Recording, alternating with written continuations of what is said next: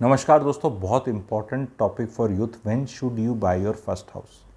तो अगर आप एक यंगस्टर हैं जो मुझे सुन रहे हैं या थोड़ी उम्र में ज़्यादा भी हो गए हैं, शादी वादी हो चुकी है, जिनकी नहीं हुई है उनको तो बहुत इंपॉर्टेंट है, और जिनकी होगी है वो भी सुने।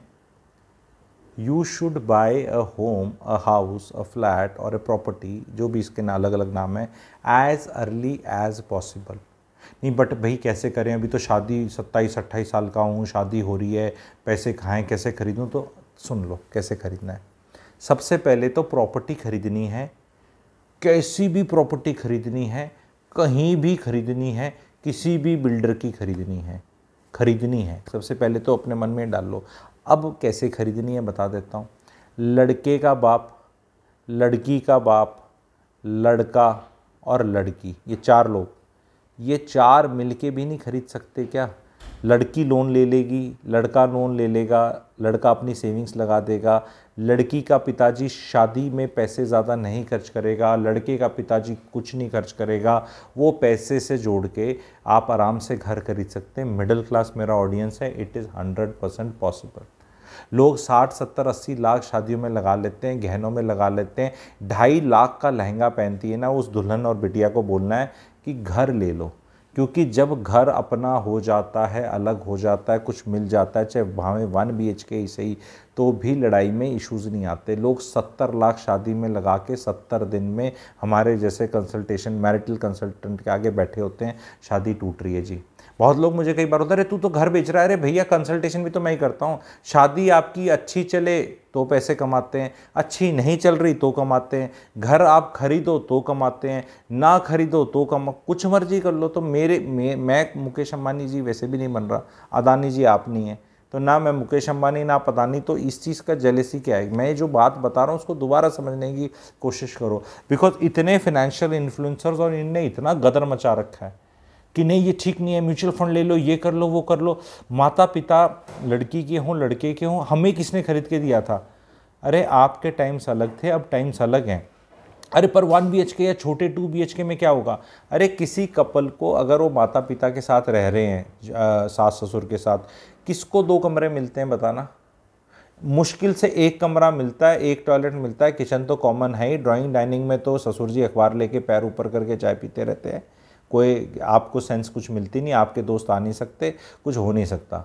उन्हीं के रिश्तेदार आएंगे, बहुरानी को हर बार नमस्ते करनी पड़ेगी, आना जाना पड़ेगा, अपने हिसाब से कपड़े नहीं पहन सकती, उठ नहीं सकती, सो नहीं सकती। बुजुर्गों को बहुत तकलीफ होती है when they see a young couple getting up late, specially Saturday Sunday. आग लग जाती है, मेड आके सफाई नहीं कर रही, बेशर्मी हो रखी है, हनीमून पीरियड हो चुका है, 1 साल हो गए शादी को, इनसे और क्यों रहना इन लोगों के साथ? पर रहना क्यों पड़ता है? क्योंकि आपने ये वाले काम नहीं करे, घर खरीदा नहीं, क्योंकि आप म्यूचुअल फंड है। म्यूचुअल फंड आपको लाइफ में सुख नहीं दे सकता, घर आपको सुख दे सकता है। और घर में आपका रेंट बचता है, उस रेंट को म्यूचुअल फंड में डाल देना, या उससे अपनी EMI स्पॉन्सर कर लेना। रेंट गड्ढे में गिर रहा था, इनकम टैक्स रिबेट मिलता है, इंटरेस्ट रेट कम होते हैं, प्रिंसिपल भी पे होता है। नहीं, आप तो ऐसे रेंटल यील्ड तो इंडिया में 2.5% 3% ही है, रेंटल यील्ड इंडिया में 6-7% भी है।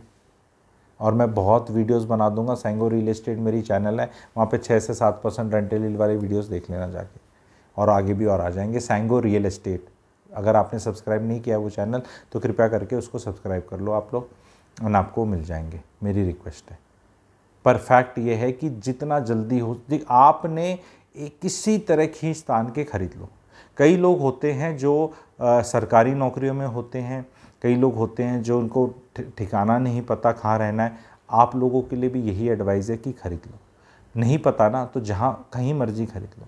वहाँ नहीं रहना तो क्या हो गया, वहाँ से जो रेंट आएगा उस रेंट से आप जहाँ रेंट दोगे वो सब्सिडाइज तो होगा, आपके पास ऑप्शन तो रहेगा।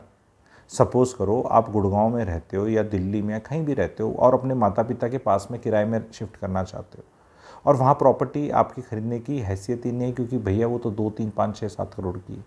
तो जहाँ पे 40, 50, 60, 70, 80 लाख की आती है वहाँ खरीद लो। पर प्रॉब्लम क्या हो रखा है, पेरेंट्स पैसे नहीं दे रहे। पेरेंट्स कहते हैं नहीं हम तो शादी ही करेंगे, हम तो पैसा उड़ाएंगे 4 घंटे की शादी में, हवा में।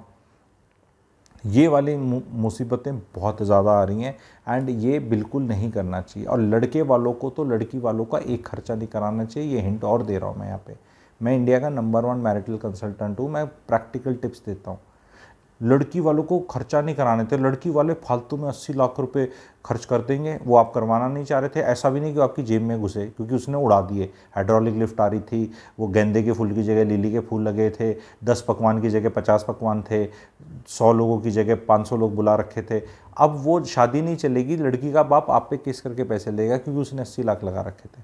अब आप कहोगे नहीं नहीं मैंने तो, मेरे को तो मिले नहीं, ये तो शादी हुई थी, मैं कहाँ से ला के, तुम बोलो नहीं मैंने तो करे थे। वो शादी टिक जाती है अगर घर अलग पैदा हो जाए। और जो पेरेंट्स लड़के के मुझे सुन रहे हैं, अभी आप जवान हैं, कोई 70-75 साल का नहीं शादी कराता अपने बच्चे की, सब पहले ही करा लेते हैं नॉर्मली, जो इन जनरेशन ने तो टाइम पे पैदा करें। पर प्रॉब्लम ये है कि ये टिकने नहीं देते जैसे उन चक्रों में। और घर ले लो, उनको लेने दो, आपको फ़ायदा ही होगा। वो बहू आपके साथ ना रहे, मेरा बहुत सुपर हिट वीडियो है ज़ायगो लाइफ सूत्रास पे, 5 रीजंस वाई बेटा बहू should not stay with parents in laws. Super hit है। पहले मेरे को एक्यूज़ किया गया था कि अरे तू तो घरों को बर्बाद कर रहा है, पाड़ मचा रहा है, डिवीजन कर रहा है, जैसे लोग कर देते हैं ना। अब टाइम्स चेंज हो रहे हैं, अब ज़्यादा समझ रहे हैं लोग। जब वो 3 साल 4 साल पहले वीडियो बना था तब सेंसिबिलिटीज़ अलग थी। अब लोग बहुत तारीफ़ कर रहे हैं उस वीडियो की, वो वीडियो हिट हो चुका है। धीरे धीरे चलता रहता है, हर महीने उसके बहुत व्यूज़ आते हैं, बहुत लोगों को बहुत क्लैरिटी दे रहा है। अगर उस वीडियो का लिंक चाहिए तो मैं कमेंट सेक्शन में डालने की कोशिश करूँगा, आप देख लेना कि उसको डला है, आप उसको जाके भी देख लेना, उसमें मैंने बहुत रीजंस बताए हैं। तो घर कब खरीदना चाहिए? घर जितना जल्दी हो सके खरीदना चाहिए। कुछ जल्दी से कैलकुलेशन करके बता देता हूँ मैं आपको। लेट से 90 लाख का 80 लाख का घर है कोई, तो उसमें 20% आपको अपना डालना है, बाकी आपने लोन ले लिया। लेट से आपने लोन लिया भाइयों बहनों 70 लाख का, 70 लाख पे आपने इंटरेस्ट 8.5% आउटगो होगा, जो कि तकरीबन 6 लाख रुपए के करीब आएगा। ठीक है, आप उसमें 2 लाख अपने बीवी का इनकम टैक्स रिबेट ले सकते हैं, जिससे आपको महीने का 11 से 12 हज़ार इनकम टैक्स दोनों का बचेगा। फिर आप उससे रेंट ले सकते हैं। कई रियल एस्टेट में मैं यहाँ वर्कशॉप्स और वेबिनार करता हूँ जहाँ पर रेंटल ऐसी प्रॉपर्टीज़ का 35 हज़ार रुपये आ रहा है। और आपने एक बार ले लिया तो फिर उसके बाद अगर इसमें, ये तो तब है जब माता पिता ने 1 रुपया नहीं दिया, सास ससुर ने 1 रुपया नहीं दिया, लड़का लड़की ने अपने दम पे खरीदा। अगर माता पिता लड़के के 10 लाख रुपए और लड़की के 10 लाख रुपए दे दें सिर्फ, तो 50 लाख का ही लोन लेना पड़ेगा। कैश फ्लो पॉजिटिव मामला हो जाएगा, जेब से कुछ जाएगा नहीं, जेब से कुछ आएगा नहीं, प्रॉपर्टी अपने आप हो जाएगी। केवल 10-10 लाख रुपए। आजकल वो 8-10 तोले का सेट बना लेती है ना लड़की, पहन लेती है लहंगे के साथ, जो सब लेके घूमते हैं, वो है ये। वो देने की जगह घर दे दो। और मैं आप लोगों को बता रहा हूँ, अगेन बार बार बोलना पड़ता है, इंडिया का नंबर 1 बताने के लिए कि वेटेज है मेरी बात में। जब भी हस्बैंड वाइफ शादी के शुरू में अलग घर ले लेते हैं, लोन ले लेते हैं, EMI चुकाते हैं, इनकम टैक्स बेनिफिट होते हैं, उनके डिवोर्सेज नहीं होते। कर लो, मैंने बतेरे अपना इंटरनल सर्वे का रखा है। वो इनसिक्योरिटी निकल जाती है। लड़की के नाम पे भी फ्लैट है, लड़के के नाम पे भी है, दोनों ने लोन ले रखा है, दोनों के माता पिताओं ने मदद भी करी थी। बहुत बढ़िया चीज़ है सोसाइटी के लिए। इस वीडियो को स्प्रेड करें, इस आइडिया को स्प्रेड करें।